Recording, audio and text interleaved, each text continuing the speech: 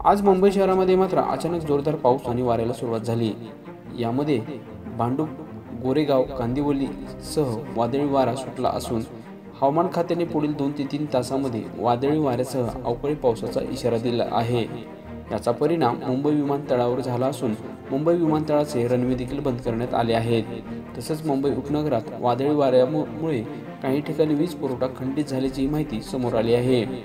मुलुंड आणि भांडूपच्या काही भागामध्ये वीज पुरवठा देखील खंडित झाला असून दुसरीकडे ठाणे, कल्याण, डोंबिवली, अंबरनाथ, बदलापूर या भागात वादळी वाऱ्यासह जोरदार पाऊस देखील कोसळत आहे। तसंच मुंबई शहर आणि उपनगरासाठी पुढील 3 तासासाठी वादळी वाऱ्यासह पावसाचा इशारा देण्यात आला आहे।